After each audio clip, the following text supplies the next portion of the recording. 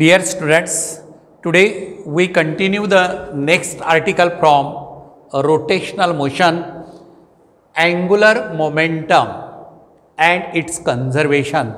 And this angular momentum is also known as moment of momentum. Angular momentum is also known as moment of momentum. So, to learn the angular momentum, what is the linear momentum? पावेट आपण 11thला learn केलेला आहे. Force या टॉपिकमध्ये 11thमध्ये आपण linear मोमेंटमचा concept learn केलेला आहे. तर तुम्हाला short revise करतो. Linear momentum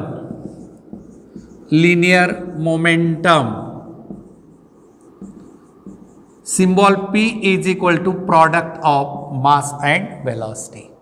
product of mass and velocity, that is the linear momentum of a body is defined as it is the product of mass and velocity, and it is a vector and its direction is in the direction of linear velocity. Its direction is in the direction of linear velocity. Now today we learn the angular momentum. So what is the angular momentum? First we define it is the cross product of linear momentum and position vector, that is r cross, that is a definition of angular momentum.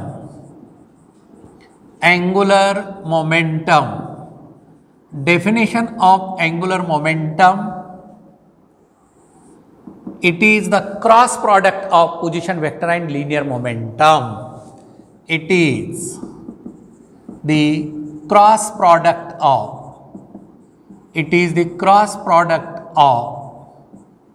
position vector and linear momentum. हे लक्षात ठेवा बेटा. Definition काय. आता symbol काय. Angular मोमेंटमचा symbol EL is equal to R cross P. This is linear momentum. P linear momentum, EL angular momentum. Angular momentum is the cross product of position vector and linear momentum. Cross product of position vector and linear momentum, and it is its vector, its direction is perpendicular to the plane containing position vector and linear momentum. Position vector आणि linear momentum म्हणजे उदाहरणात बेटा आहे, हा vector R असेल असा, हा vector R असेल आणि P वेक्टर असा असेल, हा P वेक्टर असेल, तर R क्रॉस P वेक्टर जो येईल तो perpendicular to the plane directed upward. आणि जर आपण P क्रॉस R घेतलात तर perpendicular to the plane directed downward. हा EL असेल आणि हा मायनस EL वेक्टर बेटा. म्हणजे cross product vector. Linear momentum, it is the position vector of, it is the cross product of position vector and linear momentum. तर angular मोमेंटमची definition आपण learn केलेली आहे. आता आपल्याला अँग्युलर मोमेंटम या रिजिड बॉडीचं काढायचं आहे. Angular momentum of a rotating rigid body is to be calculate. पहा बेटा, angular momentum of a rigid body, तर त्यासाठी आपल्याला नेहमीचं आपण फिगर घेतो आणि या फिगरमध्ये काय दाखवतो आपण, रिजिड बॉडी. आणि रिजिड बॉडी म्हटल्यानंतर कशा आकाराची असते, त्याला पर्टिक्युलर साईज नाही, शेप नाही, एनी टाईप म्हणजे कोणत्याही आकाराचे असेल. आणि याचा ॲक्सिस ऑफ रोटेशन जो असतो तो एनी पॉईंटमधून पास झालेला आहे. अगोदर ज्या फिगर आपण लर्न केलेल्या आहेत त्याच टाईपमध्ये रिजिड बॉडी ही आहे. अगदी काहीसुद्धा बदल नाही. यामध्ये angular velocity body is to be rotate about an axis passing through any point O and perpendicular to the plane. परत बेटा आता रिजिड बॉडी म्हटल्यानंतर it is made up of, figure काढत चला, हे R1 आणि इथं पार्टिकलचा मास M1, याची लिनियर वेलॉसिटी ही V1 असेल. आणि दुसऱ्या पोझिशनला पार्टिकल आपण दाखवा, इथं हा पार्टिकल M2 आहे, R2 डिस्टन्सवरती आणि याची लिनियर वेलॉसिटी जी असेल ती V2 असेल. त्यानंतर बेटा तिसऱ्या पोझिशनला इथं दाखवा पार्टिकलचा मास M3 असेल आणि R3 डिस्टन्सवरती आणि लिनियर वेलॉसिटी जी असेल ती V3 असेल. आणि एक शेवटचा पार्टिकल आपण दाखवूया स्पेसिमन, हा particle MN, RA distance RN आणि याची लिनियर वेलॉसिटी जी असेल ती VN असेल. तर काढा प्रत्येकाने ही फिगर, म्हणजे रिजिड बॉडीचा जो कन्सेप्ट असेल तो आपल्याला इथं क्लिअर होतो बेटा. आणि rigid body rotate with constant angular velocity. हां, काढा क्लिअर फिगर काढल्यानंतर याचं डिस्क्रिप्शन काय असेल आणि कन्सेप्ट काय असेल अँग्युलर मोमेंटमचा, हे आपण इथं लर्न करणार आहे. Let us consider a rigid body of any size and shape. Let us consider a rigid body of any size and shape is rotating about an axis passing through any point O and perpendicular to the plane. Passing through any point O and perpendicular to the plane. Now, a rigid body is made up of large number of extremely small particles. A rigid body is made up of large number of extremely small particles of masses M1, M2, M3 and so on Mn. They are situated at a distances. R1, R2, R3 and so on Rn from the axis of rotation respectively.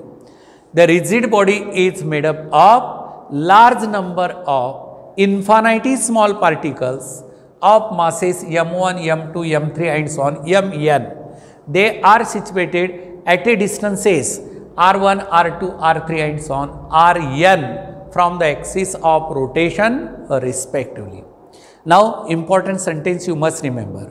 A rigid body rotate with constant angular velocity omega.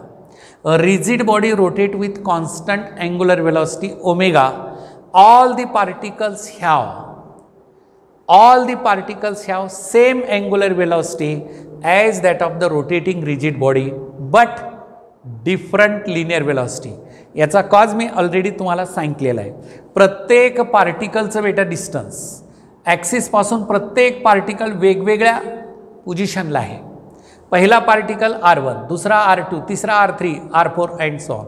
म्हणजे प्रत्येक पार्टिकलचं distance x of रोटेशनपासून वेगवेगळं आहे आणि म्हणून linear velocity प्रत्येक पार्टिकलची मी इथं वेगवेगळी दाखवलेली आहे.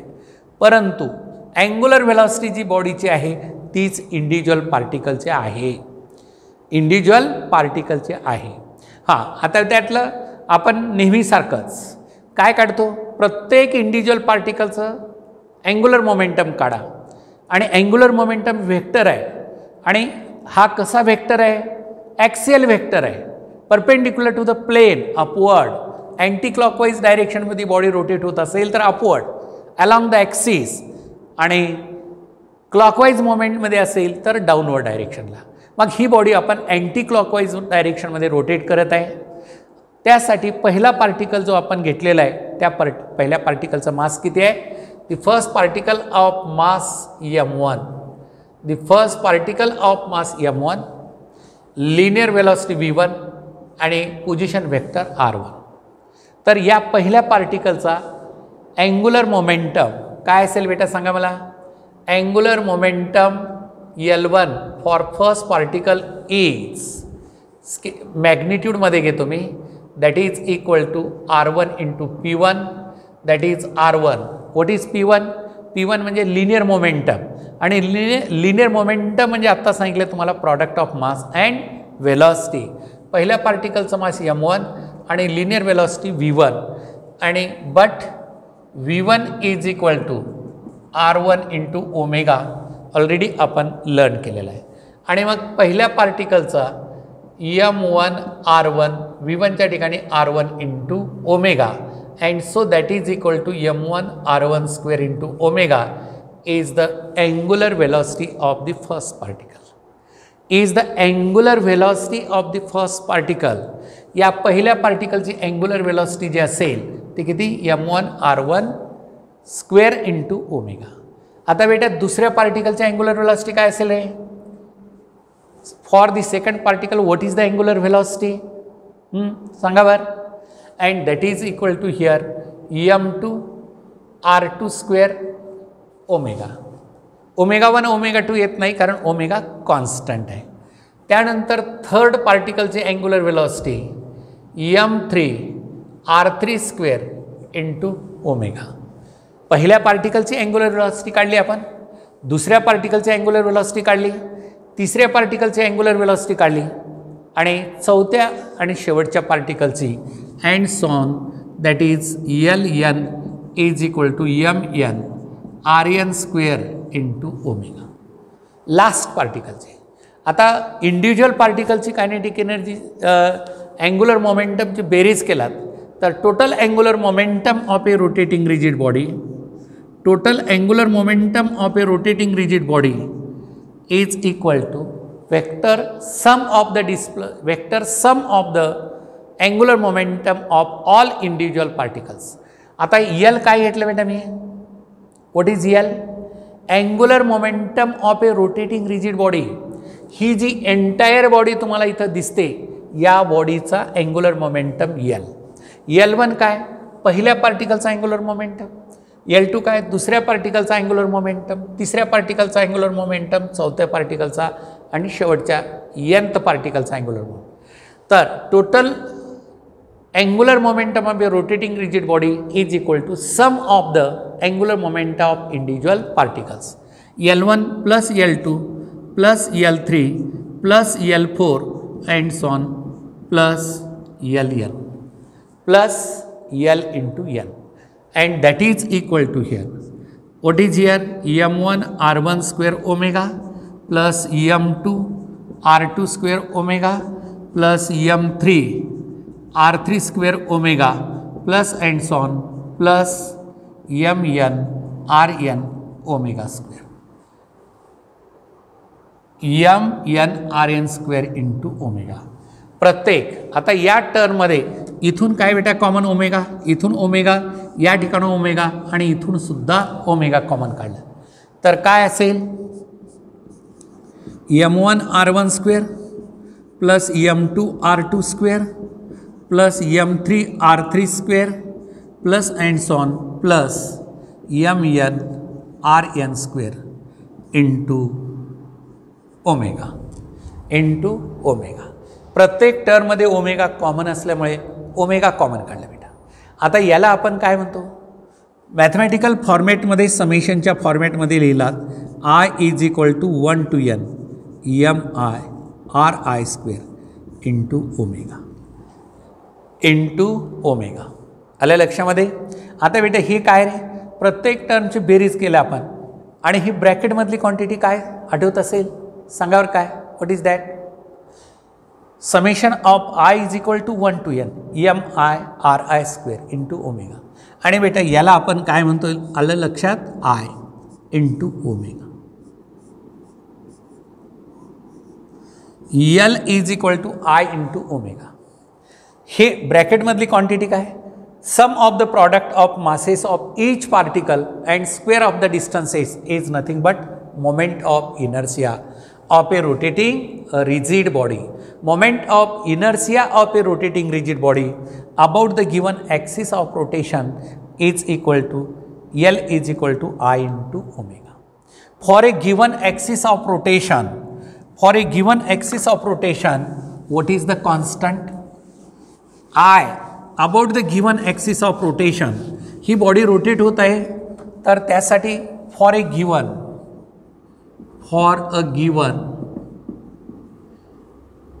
given axis of rotation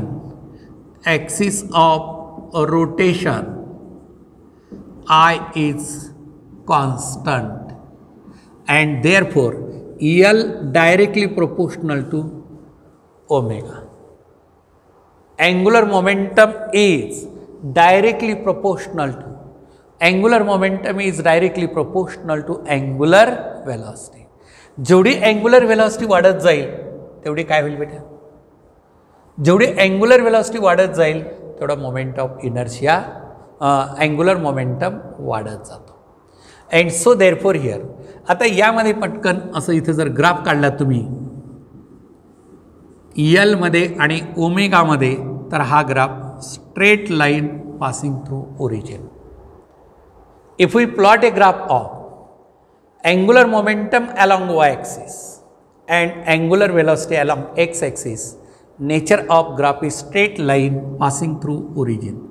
मग याचा स्लोप जर काढला बेटा तुम्ही, स्लोप इज इक्वल टू काय पाहिजे, L is equal to I omega आलं, तर y is equal to m x straight लाईनचा ग्राफ आला आणि यम म्हणजे स्लोप असतो आणि हा स्लोप बरोबर काय आला, मोमेंट ऑफ इनर्शिया.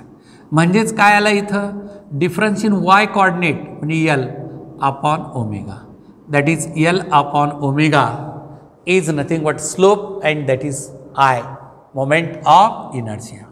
अँड म्हणजे या ठिकाणी अँग्युलर मोमेंटम. आता सांगा बेटा मला S I unit of L is, हां सांगा मला काय येतं, बेसिकली फॉर्म्युला लक्षात ठेवा, L is equal to I omega. Right आहे, L is equal to I omega. I म्हणजे काय, product of mass and square of distance K G metre square आणि ओमेगाचं युनिट रॅडियन पर सेकंद म्हणजे K G metre square radian per second और K G metre square per second. हे कसं आलं, दोन युनिट आहे इक्वॅलंट आहेत बेटा. आता तुम्हाला मी सांगितलं होतं L is equal to R into P. R म्हणजे कशामध्ये मीटर आणि पी म्हणजे मास आणि metre per second. M into V याला असं लिहितो मी, R into M into V. R म्हणजे मीटरमध्ये, मास के जीमध्ये आणि व्हेलॉसिटी मीटर पर सेकंद म्हणजेच K G metre square per second. K G metre square per second is the SI unit of angular momentum L. आणि बेटा CGS unit of L is सांगा gram centimetre square per second. Gram centimetre square per second. आणि परत आपण dimension हे सर्व लक्षात ठेवायचं ऑब्जेक्टिव्हसाठी. Dimensions of capital L, dimensions of capital L म्हणजे अँग्युलर मोमेंटमचं डायमेन्शन्स. तर basically L is equal to काय येईल, R into M into V linear momentum M into V. चला हे काय आरचं डायमेन्शन लेंथ, इथं कॅपिटल एम लेंथ आणि टी रेस टू -1. तर बेटा ह्याचं डायमेन्शन एलचा पॉवर 2, एमचा पॉवर 1 आणि टीचा power 1. So that is the dimension of angular momentum. आता अँग्युलर मोमेंटम युनिट आणि डायमेन्शन आपण लर्न केलेलं आहे. परत angular momentum is a vector or scalar. सांगा बरं मला, angular momentum is it A vector or scalar. आता क्रॉस प्रॉडक्ट म्हटल्यानंतर ऑब्वियसली काय असलं पाहिजे, vector. Angular momentum is a vector. मग अँग्युलर मोमेंटम व्हेक्टर असेल तर तो कसा व्हेक्टर आहे, angular momentum is a vector and its direction is perpendicular to the plane directed upward or downward that depends upon sense of rotation. Direction of L बेटा, direction of L म्हणजे काय, angular momentum. Direction of angular momentum It is perpendicular to the plane. It is perpendicular to the plane. Directed upwards or downwards. It is perpendicular to the plane, directed upwards or downwards. That depends upon sense of motion. That depends upon sense of motion. That depends upon sense of motion. आता हे कसं आहे बेटा, anti clockwise आहे का clockwise आहे हे आपण ठरवायला पाहिजे. That depends upon sense of motion. आता अँटी क्लॉकवाईज मोशन असेल किंवा क्लॉकवाईज मोशन असेल, अँटी क्लॉकवाईज असेल तर अपवर्ड आणि क्लॉकवाईज असेल तर डाऊनवर्ड. म्हणजे याला आपण it is also called as axial vector. It is also called as axial vector. It is also called as axial vector. का म्हणतो याला axial vector? Why it is called axial vector? Because it is directed along the axis. हा जो vector आहे तो कसा आहे? This vector is directed vertically upwards. हा जो वेक्टर आहे बेटा हा कसा डायरेक्ट करतो? It is directed vertically upwards. म्हणजे वर्टिकली अपवर्ड डायरेक्शनला डायरेक्ट करणारा हा वेक्टर आहे. It is directed vertically upwards. म्हणजे वर्टिकली अपवर्ड डायरेक्शनला असणारा वेक्टर आहे किंवा डाऊनवर्ड डायरेक्शनला वेक्टर आहे. That is directed along the axis and therefore it is called as axial vector. It is also called as axial vector. Then law of conservation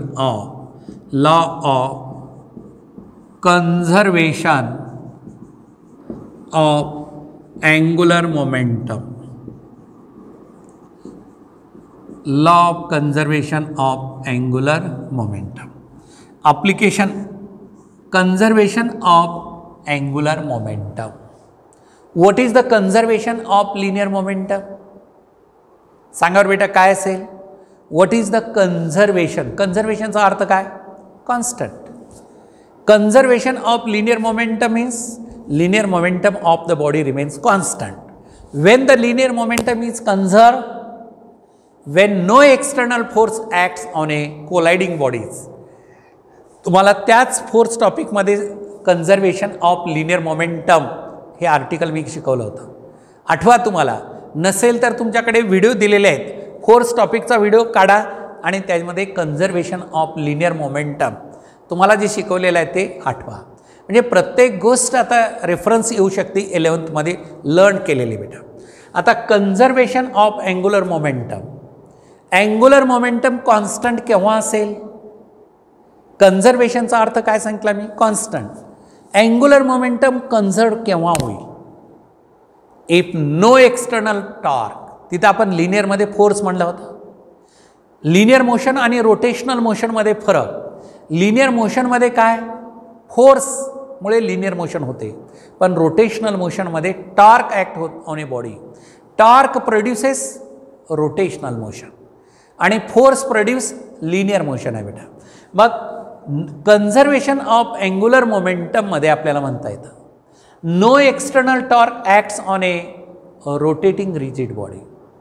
no external torque म्हणजे बॉडीवरती कुठलाच external torque act झाला नसेल तर total angular momentum of the body remains constant or conserve and that is nothing but statement of law of conservation of angular momentum.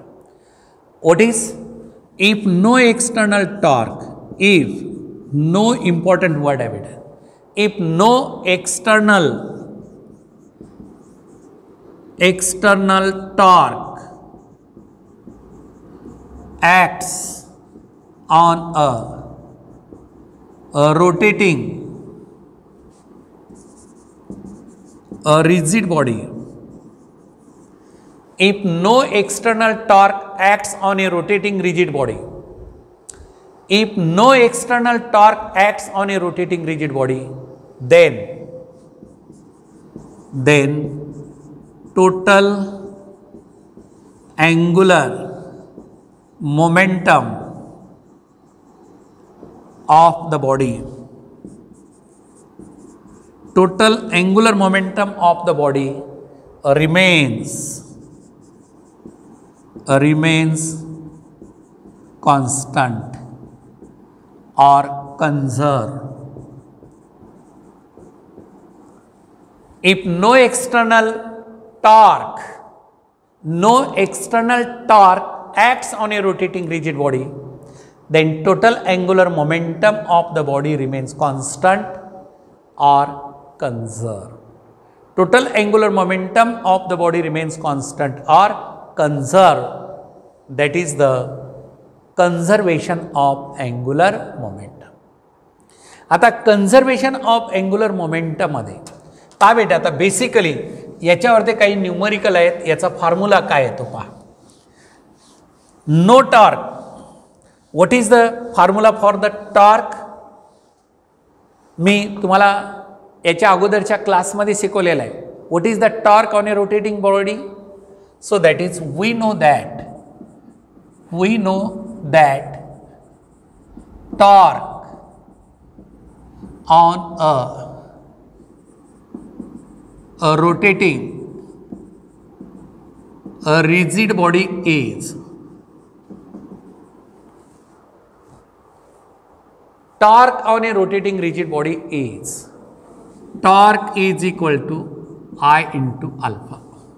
बरोबर आहे? Torque is equal to I into alpha. पहा बेटा इथं I as it is आहे. What is alpha? What is alpha? Angular acceleration. What is angular acceleration?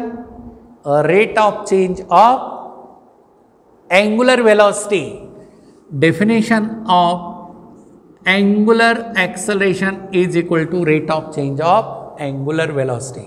म्हणजे हे अल्फाच्या ऐवजी लिहिलं मी. ओके. त्यानंतर बेटा इथं याला आपण असं लिहिता येतं d/dt of I into omega. म्हणजे याला मी मध्ये नेलं डेरिव्हेटिव्हमध्ये, कारण I कॉन्स्टंट असेल तर डेरिव्हेटिव्हमध्ये नेता येतं किंवा डेरिव्हेटिव्हच्या बाहेर काढता येतं. आणि I ओमेगा म्हणजे काय? अँग्युलर मोमेंटमचा फॉर्म्युला आत्ताच आपण घेतला, L is equal to I into omega and that is equal to here. काय बेटा आता काय आलं रे इथं? d/dt ऑफ कॅपिटल L म्हणजे अँग्युलर मोमेंटम. आणि आत्ता आपण काय म्हणलं? No torque acts means what is the torque acts on it?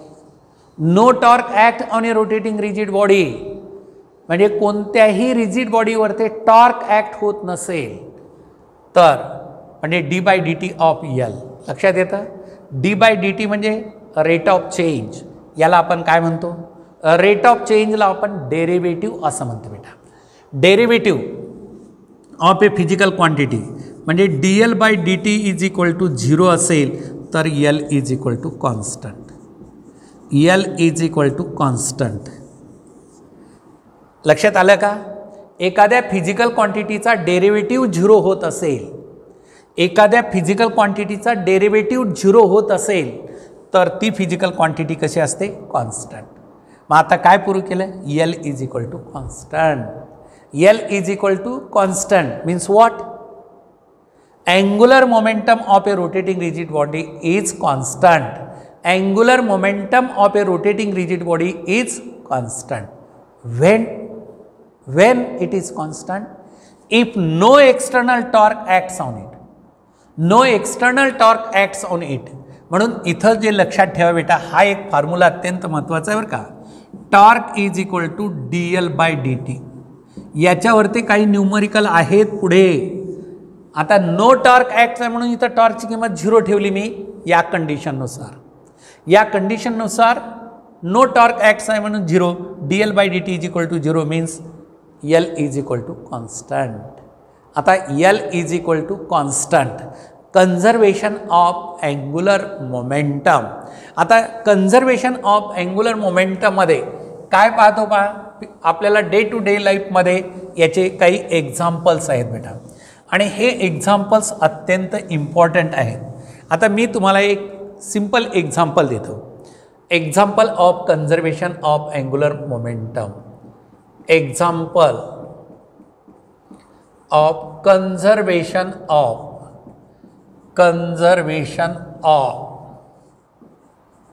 angular momentum. Example of conservation of angular momentum. What is the conservation of angular momentum? सांगा बरं आता, what is the conservation of angular momentum? Conservation means constant. When the angular momentum is constant, no torque acts on it. म्हणजेच काय झालं, पहा बेटा इथे एक टर्न टेबल असा घेतला आणि हा टर्न टेबल रोटेट होतो अबाउट इट्स ॲक्सिस, आणि याच्यावर ते एक व्यक्ती जे असेल ती काय केलेली आहे, डंबेल्स घेतलेले आहे. असं याच्या आता डंबेल्स आहेत आणि ती आपल्या बॉडीच्या जवळ, म्हणजे आता मी असं इमॅजिन करा, माझ्या आता 2 डंबेल आहेत, मी बॉडीच्या जवळ असं घेतलं आणि सिस्टीम रोटेट होत आहे. याचा मोमेंट ऑफ इनर्शिया किती आहे, I1 आहे. अँग्युलर वेलॉसिटी किती आहे, ω1 आहे. आणि L is equal to I1 into ω1. What is L? Angular momentum of this system L is equal to I1 into ω1. आता बेटा हीच व्यक्ती त्याच टर्न टेबलवरती, टर्न टेबल बदललेला नाही, ती व्यक्तीसुद्धा मी बदललेली नाही, तशीच आहे. फक्त काय केलेलं आहे, त्या व्यक्तीनं आपले हात जे असतील ते स्ट्रेच आउट केलेले, असं जवळ ठेवलेले बॉडीच्या ऐवजी असे दूर केले. काय फरक पडला याच्यामुळे? असं हात स्ट्रेच आउट केल्यामुळे मास डिस्ट्रीब्युशन त्याचं वाढलं.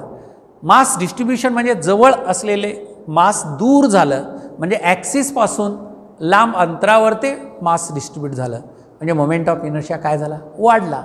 म्हणजे या सिस्टीमचा मोमेंट ऑफ इनर्शिया I2. इथं जे मोमेंट ऑफ इनर्शिया I1 घेतला होता, तर इथं मोमेंट ऑफ इनर्शिया I2, आणि करस्पॉन्डिंग अँग्युलर व्हेलॉसिटी जी असेल ती किती येईल, ω2. अँग्युलर मोमेंटम तेवढाच येईल, I2 ω2. Angular momentum L is equal to I2 ω2 by the law of conservation of angular momentum. By the law of conservation of angular momentum, I1 ω1 is equal to I2 ω2. By the law of conservation of angular momentum, I1 ω1 is equal to I2 ω2. I1 ω1 is equal to I2 ω2. आता बेटा इथं जे असेल हे इथं लक्षात घ्या. आता हे मी चेंज काय करलं, मोमेंट ऑफ इनर्शिया चेंज करत आहे, अँग्युलर वेलॉसिटी कमी अधिक होते. मोमेंट ऑफ इनर्शिया वाढवला तर अँग्युलर वेलॉसिटी कमी होते, पण दोघाचा प्रॉडक्ट कॉन्स्टंट असतो. म्हणजे याचा अर्थ असा आहे का, मोमेंट ऑफ इनर्शिया अँग्युलर वेलॉसिटीवरती डिपेंडन्सी नाही. मोमेंट ऑफ इनर्शिया एक ऑब्जेक्टिव्ह विचारलं होतं पाठीमागे, moment of inertia is independent of angular velocity. It depends upon total mass of the body and distribution of mass. बॉडीच्या टोटल मासवरती आणि डिस्ट्रीब्युशन ऑफ मासवरती डिपेंडन्सी आहे. Total मासवरती आणि डिस्ट्रीब्युशन ऑफ मास म्हणजे किती अंतरावरती पार्टिकल ॲक्सिसपासून आहेत त्याच्यावरती डिपेंडन्सी आहे. म्हणून या ठिकाणी conservation of angular momentum, conservation of angular momentum, that is the total angular momentum of the body remains constant or conserved. Total angular momentum of the body remains constant or conserved, and that is nothing but law of conservation